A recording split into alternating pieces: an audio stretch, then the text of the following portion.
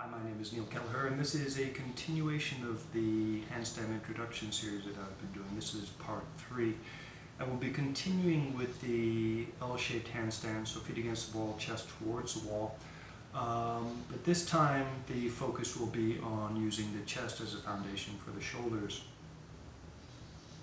So a simple exercise that you can begin with while seated is to focus on lifting your chest, lifting your ribs, expand your ribs, and then drop them down. So from the side, normally what I teach when teaching ribcage and spinal awareness is a full bending forward of the thoracic spine and lumbar spine, and then bending it backwards, so that accentuates the movement of the ribcage. However, for a handstand, the idea is to focus on the intercostals, using them to stabilize the ribcage so that the shoulders have a firm foundation from which to support the body. It sounds kind of backwards, but anyway.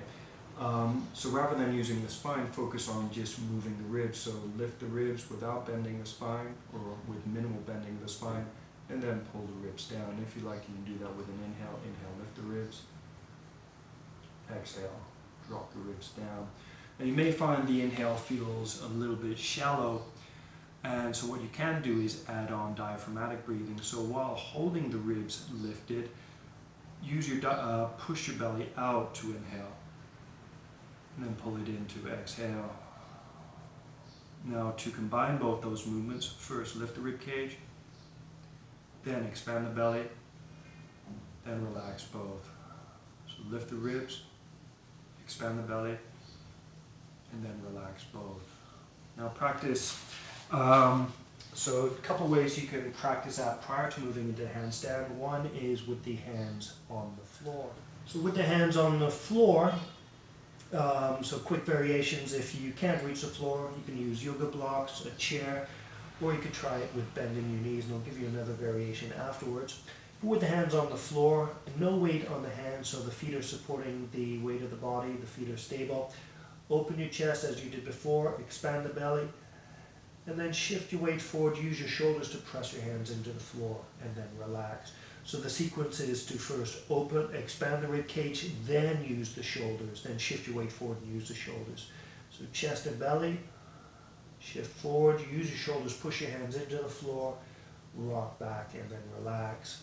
Now if you wanted to take the feet, make the feet less, use the feet with less support, as we did before, you can lift the fronts of the feet. So here again, lift the chest, expand the belly, rock forward, use the shoulders, push the hands into the floor, rock back, relax. Chest, belly, rock forward, use the shoulders, push the hands into the floor, rock back, and relax. Variation on the knees. To make this similar in effect to the previous exercise, the first position is to shift your weight back so that the hands have no weight, so they're lightly touching the floor. So here again, open the chest, expand the belly, rock forward so that your shoulders activate, and then rock back. Now I was doing an exhale.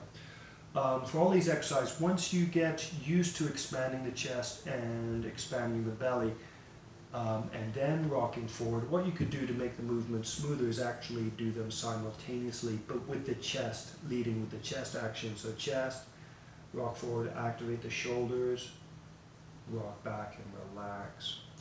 At one point, here it's a little bit easier to feel. When you're rocking forward, stop just at the points when your shoulders activate. Stop. You'll have to activate your hands as well.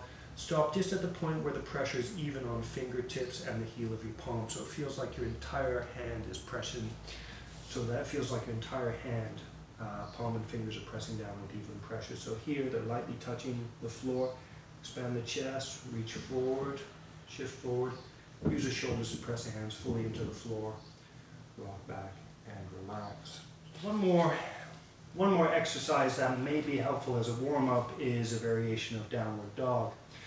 So with the knees lifted and your chest pushed back, what you can try doing is expand the chest, use the shoulders to push the hands forward. So notice, so even though I'm in the back position, my shoulders are relaxed to begin with.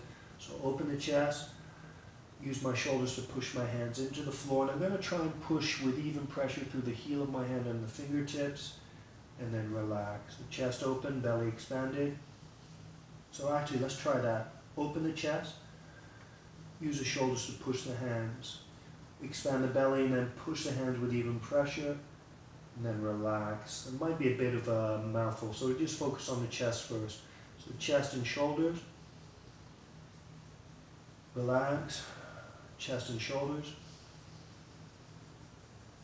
relax. Now add the belly, chest, shoulders, expand the belly, focus on the hands, relax, chest. So for the feet again, for using the wall in L-shaped handstand, if you find initially you're too far away from the wall, then move closer. If you're too close, then move further away. To begin with, hands on the floor. So to start with, chest open, use your shoulders to press the hands into the floor. And then from here, feeling your hands rock forward or back just enough that your palms and fingertips press down with even pressure, then relax. Chest open, use your shoulders to press your hands into the floor, rock forward or back, hands press down with even pressure, relax. Now add the feet. So chest open, use your shoulders, press your hands down, rock forward, and then lift one leg up, keep the pressure even in the hands and the other leg up. Then what you can do, relax, open the chest, press the shoulders, rock forward or back so hands press with even pressure, relax. Open the chest, use the shoulders, rock forward or back, and then relax, and then come down.